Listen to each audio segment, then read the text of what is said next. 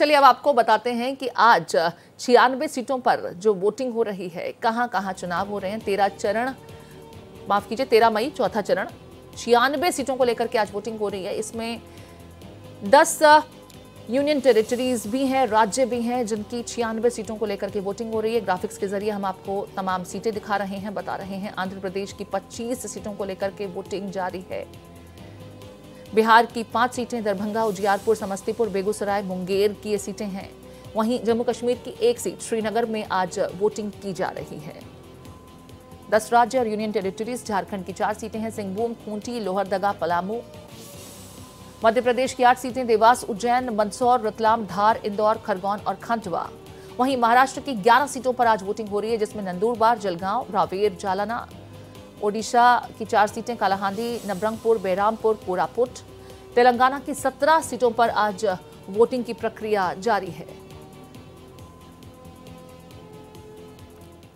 और मेरे साथ लगातार मेहमान बने हुए हैं, टीना कर्मवीर है मेरे साथ में, यहाँ राजनीतिक विश्लेषक भी मेरे साथ जुड़े हुए हैं, डॉक्टर सौरभ मालवीय, संजय मिश्रा जी भी जुड़े हुए हैं, और बीजेपी से मेरे साथ में यहाँ अगर बात की जाए तो विमल सिंह जी भी हैं। बहुत एक बार फिर से आप लोगों का स्वागत है। चर्चा को आगे बढ़ा लेते हैं। विमल जी, ब्रेक पर जाने से पहले हम लोग बात कर रहे थे तो जिक्र किया जा रहा था कि बीजेपी के शासनकाल में जो अब कुछ हुआ, विपक्ष जो है यही बता रहा है कि संविधान बचाना है, और अगर एक बार फिर सत्ता में बीजेपी आती है तो संविधान बच नहीं पाएगा। आप जो वोट कास्ट करते हैं हर 5 साल में, शायद वो प्रक्रिया भी बदल जाएगी, जिसका जवाब मंच पर प्रधानमंत्री नरेंद्र मोदी करते नजर आते हैं। आप इसे किस तरीके से देखते हैं? और अब की बार 400 पार का नारा देते देते अचानक तस्वीरें बदल गई, पाकिस्तान तक पहुंच गए हैं कि चुनाव में जो प्रचार का तरीका और ट्रेंड बदल रहा है, इसको लेकर आपका कमेंट। देखिए प्रीति जी, मैं कहना चाहता हूँ कि भारतीय जनता पार्टी का जो मोटो रहता है उसी मोटो पे हम कार्य करते हैं। चुनाव से पहले हमने कहा था कि 400 पार करेंगे, तो हम 400 पार करेंगे। और रही बात की बीच में मुद्दों को भटकाना, तो ये काम जो है विपक्ष के लोग करते हैं। आपने देखा था किस तरीके से हम तो भाई सुनिए, मेरी बीच में टीपा टिप्पणी ना किया जाए जी। देखिए मैं कहना चाहता हूँ, सवाल ऐड कर लीजिए, इसका भी ले लेंगे जवाब, पहले ये सुन लेते हैं क्या कह रहे हैं जी। देखिए मैं कहना चाहता हूँ कि हम जो है जब ग्राउंड पे जाते हैं लोगों के पास, तो हम अपनी सारी योजनाएं गिनाते हैं। हम हमारे प्रधानमंत्री जी जाते हैं, हम बस जनता को अपना जो है जो भी 10 सालों में हमारे द्वारा कार्य किया गया है, उस कार्यों को हम जो है जनता के पास रखते हैं और उनसे उनका वोट मांगते हैं। लेकिन बीच में जो है आप देखिए, पिछली बार अगर मैं बात करूँ 2019 में, तो 2019 के चुनाव में जो, अगर 2014 की बात करूँ तो 2014 में हमारा जो सबसे बड़ा मोटो था ये था कि हम भ्रष्टाचार को खत्म करेंगे, और हमने किया भी। दूसरा बात, हमने जब 2019 में हमारा जो मोटो था वो ये था कि हम जो है राष्ट्रवाद को लेकर हम चुनाव लड़ेंगे, और हमने काम भी किया। 370 धारा को हमने खत्म किया, 35 धारा को खत्म किया, हमने सीए लाया, हमने 3 तलाक का कानून बनाया। देखिए 2024 की बात करें तो हमने कहा था कि हम 400 पार करके हम जो है इस बार जो है एक अच्छा और एक बढ़िया जो है सरकार जो है लोगों को चुनने का मौका देंगे, जिससे हम जो है पूरे प्रदेश के अंदर जो है, पूरे देश के अंदर जो है विकास रूपी जो हम गंगा बहाएंगे। देखिए मैं कहना चाहता हूँ, अभी हमारे मित्र ने कहा कि 400 पार हम कैसे करेंगे। देखिए मैं बता देना चाहता हूँ, आंध्र प्रदेश की बात करूँ या तेलंगाना की बात करूँ, वहां पे 2019 में हमारा वोटिंग परसेंटेज काफी कम था। लेकिन इस बार जो है भारतीय जनता पार्टी आंध्र प्रदेश में और तेलंगाना में, इसके साथ साथ साउथ इंडिया में हम काफी अच्छा जो है मार्जिन से जो है अपनी सीटें निकालते हुए दिखाई दे रहे हैं। इसके साथ साथ मैं बता देना चाहता हूँ कि हमारे प्रधानमंत्री जी जिस तरीके से गरीबों के पास, देखिए इनके लिए जो है आपने देखा बीच में कैसे इनके पास आरक्षण आ गया, जातियां आ गई। भारतीय जनता पार्टी की सिर्फ 4 जातियां हैं, एक हमारे लिए गरीब है, एक हमारे लिए युवा है, एक हमारे लिए महिला है, और एक हमारे लिए मैं अच्छा हुआ आप इस पॉइंट को ले आए विमल जी, अच्छा हुआ इस पॉइंट को आप लेकर के आ गए। मैं यही पूछना चाहती हूँ कि आप कह रहे हैं कि आपके लिए तो देश में सिर्फ 4 जातियां हैं, लेकिन मंच से आपके नेता जब जनता के बीच पहुंच रहे हैं और वोट अपील करते हैं तो उसमें पाकिस्तान का राग भी मैं सुनती हूँ, उसमें मैं कर्नाटक मॉड्यूल भी सुनती हूँ, जिसमें यह कह दिया जाता है कि आरक्षण छीन करके किसी दूसरे समुदाय को देने की कोशिश की जा रही है। ये जो नरेटिव चेंज हो रहा है, यही तो पूछ रही हूँ कि 400 पार करते करते नरेटिव कैसे बदलता जा रहा है? जैसे जैसे चुनाव बदल रहे हैं, आगे चरणबद्ध तरीके से आगे बढ़ रहे हैं, वैसे वैसे नरेटिव चेंज होता जा रहा है, स्टैंड बदलता जा रहा है। ये क्यों हुआ? प्रीति जी मैं ये कहना चाहता हूँ कि देखिए हम लोग जो है, हमारा जो मोटो है वो यही है, सबका साथ, सबका विकास और सबका विश्वास। हम सबको साथ लेकर चलने वाले लोग हैं। यही पार्टी है जिसका मोटो है अंत्योदय। अंत्योदय का मतलब ये होता है कि अंतिम पंक्ति में बैठा हुआ इंसान किस जात से, किस धर्म से, उसको ना देखते हुए उसका विकास कैसे करना चाहिए, वो भारतीय जनता पार्टी सोचती है, हमारे प्रधानमंत्री जी सोचते हैं। दूसरी चीज मैं बता देना चाहता हूँ कि अभी आपने कहा कि आरक्षण की बात किसने की, और आरक्षण इन्होंने दिया है हमारे एससी एसटी ओबीसी वर्ग के लोगों से। इन्होंने आरक्षण छीन के, मैं केरल की बात करूं या कर्नाटका की बात करूं या जामिया इस्लामिया यूनिवर्सिटी की बात करूं या मैं अलीगढ़ यूनिवर्सिटी की बात करूं, वहां पे हमारे एससी एसटी और ओबीसी वर्ग के लोगों से जो है बाकायदा जो है वो छीना गया है आरक्षण, और मुस्लिम समुदाय के लोगों को भी दिया गया है। भारतीय जनता पार्टी ये नहीं कहती, भारतीय जनता पार्टी ये कहती है कि आप देखिए, हम कुछ भी करें, हम सबको साथ लेकर चलने वाले लोग हैं। हम इनकी तरह जो है एक धर्म की राजनीति करने वाले लोग नहीं है। आपने देखा प्रधानमंत्री जी की जो भी योजना है, चाहे हम उज्ज्वला योजना की बात करें, चाहे हम जो है आवास विकास योजना की बात करें, या प्रधानमंत्री जी की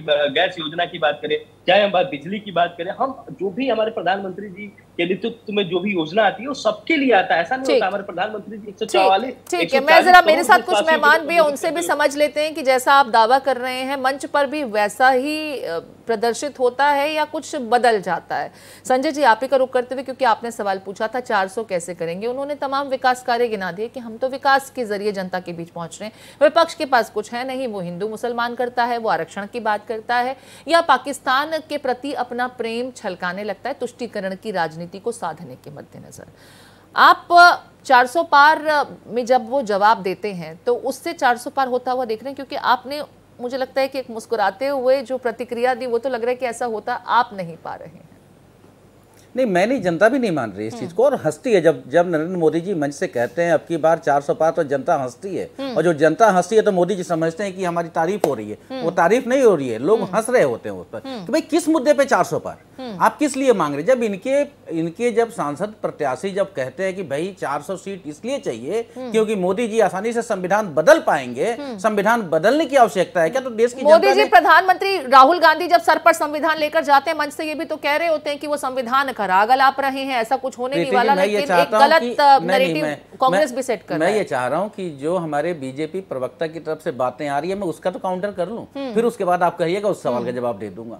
तो पहली बात तो ये है, राहुल गांधी को अभी आप एक बार भूल जाइए, इंडिया गठबंधन को एक बार भूल जाइए, विपक्ष को, अरविंद केजरीवाल को भूल जाइए, सारे चोर बेईमान भ्रष्टाचारी हैं, बिल्कुल भूल जाइए इस चीज को। मैं तो जो पाक साहब बन के बैठे हैं नरेंद्र मोदी जी और जो सत्ता में बैठे हैं, मैं उनकी बात करना चाहता हूं। ठीक है, 2000 जो इन्होंने भ्रष्टाचार पे बात किया कि भ्रष्टाचार खत्म किया, कैसे खत्म किया, सारे भ्रष्टाचारियों को भारतीय जनता पार्टी में शामिल करके भ्रष्टाचार खत्म किया। चाहे वो आप असम के मुख्यमंत्री की बात करिए या महाराष्ट्र में उप मुख्यमंत्री का पद देने की बात करिए, आपने कहा 70,000 करोड़ के घोटालेबाज को पकड़ लिया, ये प्रधानमंत्री जी ने कहा था, और तीसरे दिन आप शपथ दिलाते हैं अपने दल में उप मुख्यमंत्री का। क्या इस तरह से भ्रष्टाचार खत्म होगा? बीजेपी भ्रष्टाचार से लड़ रही है, वो भ्रष्टाचार से नहीं लड़ रही है, पूरे भ्रष्टाचारियों को अपने आप में समाहित करना चाह रही है।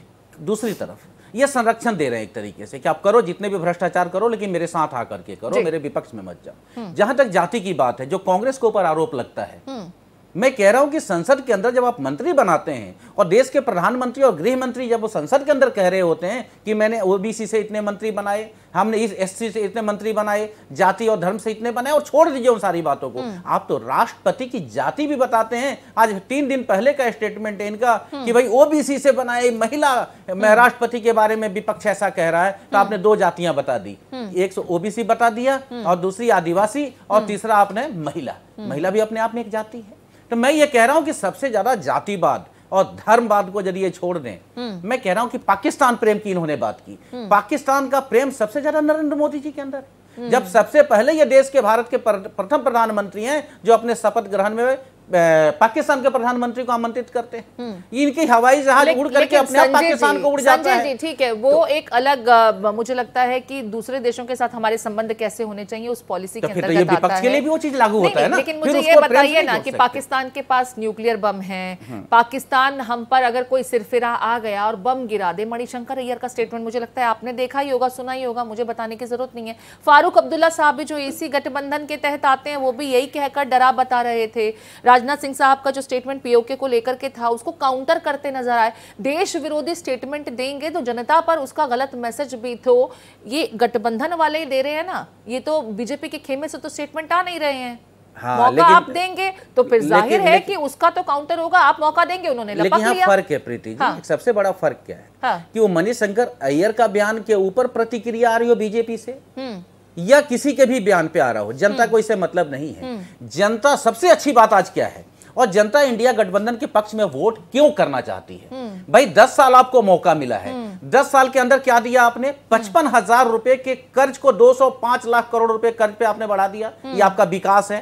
दूसरी तरफ आपने बेरोजगारी 45 साल के पिछले चरम पे आपने ला दिया। ये आपका विकास का मॉडल है। और 130 करोड़ जनता में से 80 करोड़ जनता को आप 5 किलो राशन पर ला करके आपने खड़ा कर दिया। ये आपका विकास मॉडल है। देश की जनता कह रही है इस तरह के विकास मुझे नहीं चाहिए, हमें तो नौकरी चाहिए, रोजगार चाहिए, व्यवसाय चाहिए, और उस पर प्रधानमंत्री बात करें। आंकड़े आप बयां कर रहे हैं वो भी सामने हैं, लेकिन मुझे लगता है कि भारत की अर्थव्यवस्था किस तरीके से ऐसी सिचुएशन में भी जब पूरा विश्व कोरोना जैसी महामारी को झेल रहा था तब भी बढ़ी, और हमारी ग्रोथ रेट जो है उसे दूसरे देश भी देख रहे हैं। हमें वो भी देखना होगा, उस नैरेटिव को भी साथ में रख कर के अगर तराजू पर बैलेंसिंग एक्ट हम करें तो बेहतर रहेगा, क्योंकि सारी चीज़ें सबके सामने हैं। जनता समझदार है, उसे मालूम है कि क्या हो रहा है और क्या किस हालात में खराब हुआ, वो भी वो समझते हैं। मैं लौटूंगी आपके पास में भी, सौरभ जी का भी मैं रुख कर रही हूँ, लेकिन विमल जी इससे पहले आपका कमेंट में चाहूंगी। आप अपनी बात पूरी करना चाहते थे, मैं चाहूंगी कि अपने तथ्यों को आप रखें। लेकिन जिस तरीके से आरोप भी लगाए जा रहे हैं कि बेरोजगारी चरम पर है, हमारे जो कर्ज हैं वो भी बहुत ज्यादा हैं, इन तमाम चीजों को कैसे आप काउंटर करेंगे, क्योंकि जनता इसे फेस भी कर रही है, समझ भी रही है? आपका जवाब। देखिए प्रीति जी, ये तो संजय मिश्रा जी यहाँ बैठे हुए राजनीति विशेषज्ञ बन के अभी 1 साल पहले वो किसी और पार्टी को जो है रिप्रेजेंट कर रहे थे। दूसरी बात, बहरहाल हम इसके आगे बात करेंगे। देखिए महंगाई की जो बात की जा रही है विपक्ष के द्वारा, तो महंगाई का दर जो है जो इनके 10 साल के कार्यकाल में है और भारतीय जनता पार्टी हमारे आदरणीय मोदी जी के कार्यकाल में देखा जाए तो बहुत अंतर है। इनके टाइम पे जो महंगाई जो दर था वो 8.06 है और हमारे टाइम पे जो महंगाई दर है वो 5.60 है। तो लगभग 3% का जो है हमारा जो है हम महंगाई को कंट्रोल करके रखे हुए हैं। दूसरी चीज मैं कहना चाहता हूँ कि देखिए प्रधानमंत्री जी द्वारा जो है लोगों, आज देखिए युवाओं को जो है मोटिवेट किया जा रहा है, आत्मनिर्भर बनाया जा रहा है, लोगों को जो है रोजगार के लिए जो है उनको जो है मुद्रा योजना के तहत जो है उनको स्वरोजगार खोलने का मौका दिया जा रहा है। और लोग अब नौकरी नहीं कर रहे हैं, अब लोग नौकरी करवा रहे हैं। मतलब अब जो है हमारे जैसा इंसान अगर देखा जाए तो हम भी जो है इस मोटिवेशन। आज आपको राहुल गांधी की रायबरेली की आज से शुरुआत हुई है विमल जी, राहुल गांधी की आज से रायबरेली में चुनाव प्रचार की शुरुआत हुई। आपको उस रैली को सुनना चाहिए था। राहुल गांधी बड़े मजे से कह रहे थे कि कुछ पाइप लगा लीजिए, उस गैस से आपको एनर्जी मिलेगी, फ्यूल का काम वो करेगा, और फिर उस गैस से आपको करना क्या है, आपको पकौड़े तलने हैं। अगर इसे आप एंटरप्रेन्योर बनाना बताते हैं तो फिर ठीक है, इससे तो इत्तेफाक पूरा देश रखेगा। इसको किस तरीके से काउंटर करेंगे, क्योंकि विपक्षी खेमे से ये नैरेटिव भी सामने आ रहा है कि आपको रोजगार के नाम पर, स्वावलंबी बनाने के नाम पर क्या काम करने को मिल रहा है, वो आप समझिए जरा कि कहां से कहां पहुंच गए। इंजीनियर पकौड़ा तलता अच्छा लगेगा क्या? प्रीति जी, मैं यही कहना चाहता हूँ कि यही इस तरीके के नेता जो है इस तरीके की हस्ताक्षर बातें बोलते हैं। आपने देखा कि एक तरफ ये पकौड़ा वाला बयान तो राहुल गांधी का खुद का नहीं है। प्रीति जी बोलने दीजिए ना।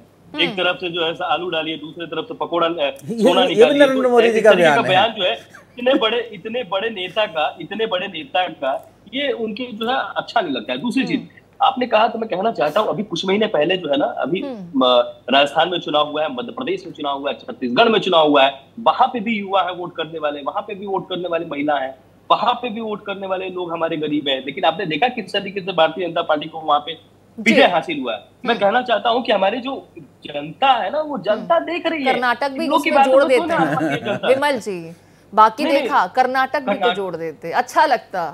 बड़ा दिल रखिए, क्यों नहीं जिक्र करते देश की जनता को? आपका जो नैरेटिव समझ में आता है उसे ही वो समझ करके फिर आगे रिएक्ट करती है। मैं यही समझना चाहती थी, शुरुआत भी मैंने इसी से की थी कि जब आपकी रैलियों में भीड़ बहुत पहुंच रही है, इतना कि पंडाल छोटे पड़ जा रहे हैं, लेकिन जब वोटिंग परसेंटेज सामने आ रहा है तो वो निराशाजनक है, संतोषजनक नहीं है। आपने कहा हाँ कुछ कम हुआ है, जनाब वो कुछ कम नहीं है, वो बहुत कम है। देखिए मैं कहना चाहता हूँ प्रीति जी कि अगर आपको देख के लगता है कि अगर जनसभा में जितने लोग आ रहे हैं वो वोट में तब्दील नहीं हो रहे, तो हो सकता है कि आपका ऐसा सोच हो। बाकी 4 जून को जो है आपको भी पता चल जाएगा और हमारे विपक्ष के लोग को भी पता चल जाएगा, और हमारी इस वक्त जो जनता हमारे जो भारत एक्सप्रेस को जो देख रही है उनको भी पता चल जाएगा। कुछ कहना चाह रही है टीना? हमारे साथ है, क्योंकि जनता जनार्दन हमारे साथ है। ठीक है, टीना को भी सुन लेते हैं। टीना जी, जब से विमल जी बोले ही जा रहे हैं, लेकिन आप देखिए कि जो भीड़ आ रही है ना अमित जी की रैली में, सबने देखा है कि वो भाड़े की भीड़ थी। वो भाड़े की भीड़ थी। कल पत्रकार की जिस तरीके से पिटाई की गई है, इनके द्वारा मॉब लिंचिंग कहते हैं उसे, मॉब लिंचिंग की गई है, उससे स्पष्ट है वोट कैसे दे? ये तो भाड़े की भीड़, 100 रुपए में तो ये जनता को बुला रहे हैं। अरे लेकिन किसी भी वोटर के चेहरे पर ये तो लिखा नहीं है कि वो कांग्रेस का वोटर है या बीजेपी का वोटर या किसी तीसरी पार्टी का वोटर है। ये कैसे आप बाइफरकेट करते हैं? मीडिया का मतलब जो लोकतंत्र का चौथा स्तंभ है वो दिखा रहा है ऐसी जानकारियां। आप देखिए, नहीं, परेशान तो आपका खेमा भी है ना टीना जी, परेशान तो आपका खेमा भी है। क्यों इलेक्शन कमीशन के पास जाकर के कहना पड़ा कि आंकड़े जारी कीजिए, बताइए कि कुल कितने परसेंटेज वोटिंग हो रही है? इंटरनल सर्वे तो आपका कुछ कर ही रहा होगा। देखिए, इनकी रैलियों में जो भीड़ आ रही है वो भाड़े की भीड़ है। और करप्शन पर बात कर लीजिए। चलिए, मोदी जी ने 10 साल में मोदी, अडानी और अंबानी जी का नाम ले दिया फाइनली, कि चलिए नाम लिया, लेकिन क्या कहा कि टेम्पो भर भर के, तो टेम्पो क्यों नहीं रोक पाए? अरे 10 साल से आपने तो काला धन बंद कर दिया था ना, आपने तो नोटबंदी की थी तो काला धन खत्म कर दिया था। फिर ये काला धन क्यों नहीं रोक पाए? क्यों नहीं पहुंचा पाए? आपके तो दोस्त है, आपके तो मित्र है, आपके साथ तो बैठकर हवाई जहाज में खाना वाना खा रहे थे, तस्वीरें सामने आई थी, और राहुल जी तो बार बार पूछ रहे थे कि ये रिश्ता क्या कहलाता है। ठीक है, मैं सौरभ जी का भी रुख कर लेती हूँ। मुझे यहाँ पर एक ब्रेक के लिए रुकना है, लेकिन उससे पहले मैं सौरभ जी का रुख कर लेती हूँ। सौरभ जी, यहाँ पर हम सभी पक्षों को सुन भी रहे हैं। ये हकीकत है कि चुनाव की शुरुआत तो 400 पार के नारे के साथ हुई, लेकिन धीरे धीरे नैरेटिव बदलता चला गया। आरक्षण का जिक्र भी हुआ, हिंदू मुसलमान का जिक्र भी हुआ, और बात यहाँ तक पहुंच गई कि अब पाकिस्तान की चर्चा हो रही है चुनावी सभाओं में।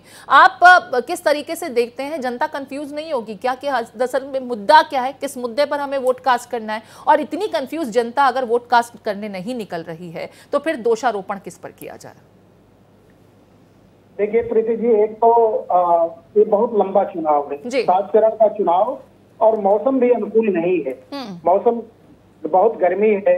पर जब पहले चरण का चुनाव हो रहा था उस समय पश्चिम में गेहूं की कटाई और गन्ने की कटाई हो रही थी, तो ये भयंकर स्थिति थी। विवाह शादियों का भी दौर था उस बीच में। आज भी प्रचंड गर्मी है। ऐसे में इतने लंबे चुनाव पर मत प्रतिशत का कम होना स्वाभाविक है, और राजनीतिक दलों को सभी तरह के हथकंडे अपनाने की एक छूट है एक प्रकार से उनके पास, जो भी नैरेटिव सेट कर सके, चाहे वो पाकिस्तान लाए, चाहे विकास लाए, चाहे एक दूसरे पर आरोप लाए, ये करना ही चाहिए। बिल्कुल करने में उनको कोई उनके लिए शिकायत नहीं है। लेकिन जो महत्वपूर्ण बात है वो ये है कि इंडिया गठबंधन वर्सेस एनडीए प्रचंड बहुमत में 2014 में 2019 के इस हिम्मत और विश्वास के साथ उठता है, और वो कुनबा धीरे धीरे एकजुट हुआ, और एकजुट होने में भी अलग होते गए। जैसे बिहार में नीतीश कुमार उसके जनक बने, वो किनारे हो गए।